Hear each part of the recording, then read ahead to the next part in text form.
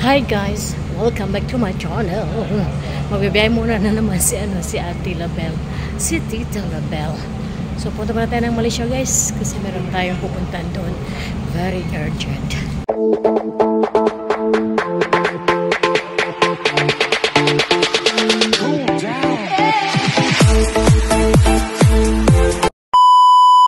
Hanapin ko ang aking BFF guys, kasi kaming dalawang pupunta sa Malaysia. Ayun, nasaan na kaya? Nauna yata siya dito guys. Hanapin muna natin. Welcome to Malaysia. Ang bilis lang ng biyahe namin yun guys. Kasi weekdays, walang traffic. No? Pag pag Friday, Saturday, grabe ang queue niyan. So, mabilis lang kami umabot. Wala pang 2 oras. Mga 1 hour plus na. So, ngayon, pupunta muna kami ng coffee shop. Mag-check-in ng hotel. And then, meron kaming pupuntahan. May attended kami na meeting.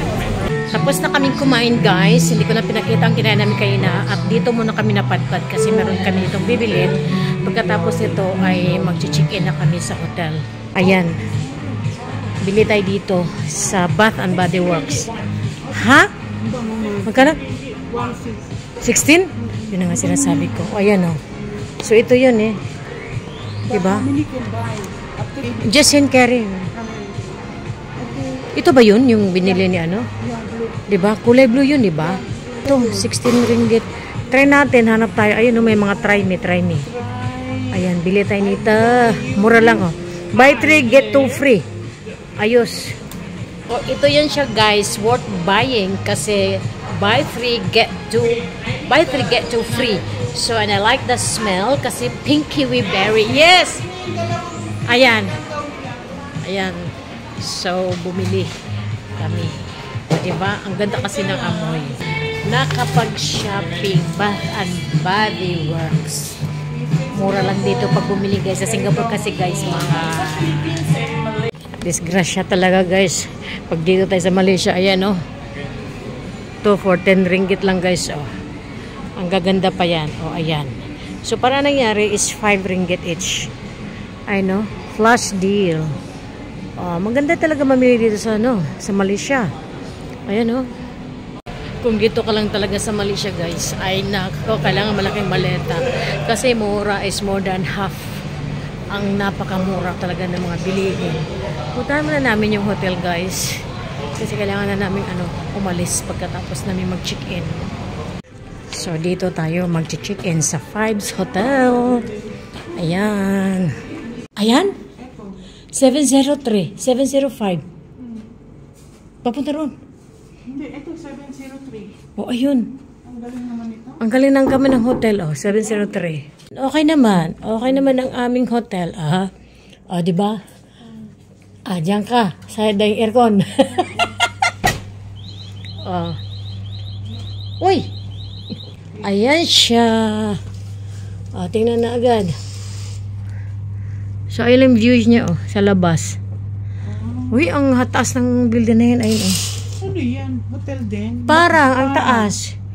Ayan, pagdunga mo sa baba, ayun, yung malaking shopping center. Parang hotel yan, Margie. Hotel nga din siya. So, not bad naman. Meron pang tissue. Maganda siya. Na worth din ang kanyang presyo. Ayan, so magandang hotel. Meron kompleto, Ricardo. Yan siya. Largada na kami guys. Largada na. Okay, so nandito na kami guys.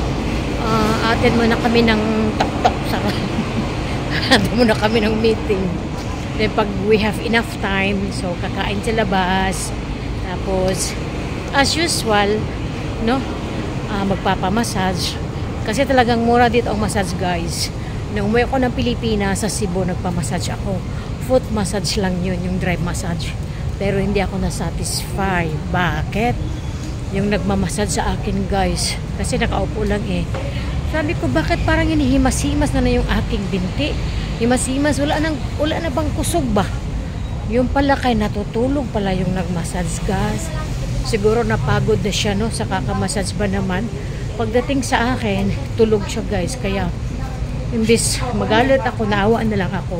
Pinatigil ko na lang yung pagmamassage at para makatulog siya. Natapos na guys. So this time magpapamassage muna kami guys. para mawala yung mga hangin sa katawan. Ayan, so dito kami sa Zen Village. Zen Village kasi ang kanilang mga masaysa dito is from Thai daw. Ayan, so tingnan natin. Pasok, pok, pok, pok, pok, pok, pok, pok. Saan ka upo, Mia? Ayan o, kasama namin. Sa gitna ako? Sitting pretty. Antay muna tayo ng masaysa kasi tinatawag pa nila guys. Tinatawag nila yung mga babae. Pinunasan na yung mga pagod na paa. Ayan o. Maraming ugat. So, ayan naman yung kay BFF ko. O, diba? Pagod na pagod ang paa yan.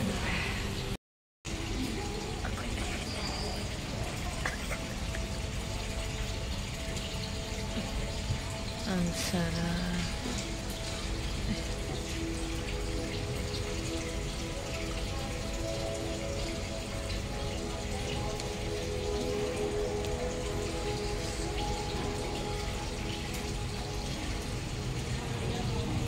Oh, natapos guys. Ang sarap guys. Parang for the first time, gustong-gusto ko itong nagmasad sa akin. No? Tanggal talaga yung kaba guys. Lumalabas sa bibig, lumalabas din sa puwet. Parang machine gun. Ay, agoy, ginoo ko. So, maghahanap kami ngayon ng makain guys. Kasi ano, umabot kami ng 1 hour. And mabot kami ng mga 1 hour and 30 minutes. So, dito kahit gabi na, ano pa rin, buhay na buhay pa rin dito, no? Para ding, para ding Singapore. Dito kami mag-dinner, Saigon, Saturday. Nakapunta na kami dito minsan, guys. Ang sarap ng pagkain.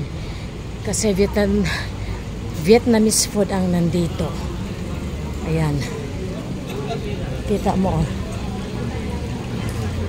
diba? Ang ganda ng lugar. Seafood fried rice ng Vietnam. Ayun. At ampalaya, mapait pa sa imong gugma. Patula. Patulang sabaw daw. So, ganun pa rin pagkain ng Vietnamese, no? Patula. Yan ang spring roll ng Vietnam. O, diba? Transparent siya, guys, oh. Ang kanyang spring roll. Ay! Andiyan pala siya. Andiyan si Maya. Maya. Ang sarap ng mga pagkain. Maya. Ang sarap ng pagkain ng Vietnamese, guys. No? So, tapos sa kanilang avocado. Avocado. Masarap talaga po. So, ang aming kinain ay puro lang ulam. Wala kaming rice. Pero in fairness, ang sarap ng pagkain. Kulay sa atin ang bulang lang. Pero nakakainin, nakakaiba. Bakit ganitong kanilang lumpia? No? So, dapat ilagay natin siya sa sauce. Dapat lagay mo sa sauce kasi pag sa sauce lalambot pa lang. Kaya lang matamis yung sauce. Eto, nakaka-intriga, oh. Ang ninipis ng kanyang slice ng duck, no? Tapos, paano ba daw yan yung kalamansi? Kakainin din ba? Tingin na. Oh, okay lang yan. Tapos na kami kumain, guys.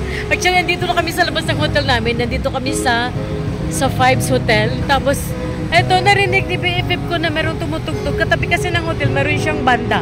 Banda rito, banda roon. Pero guys, I have to end my video here, guys. Thank you so much. Para na kaming wakwak. Anong oras na? Alas 11 na ng gabi, no? Okay, thank you so much for watching. This is Tita Bel Pato na.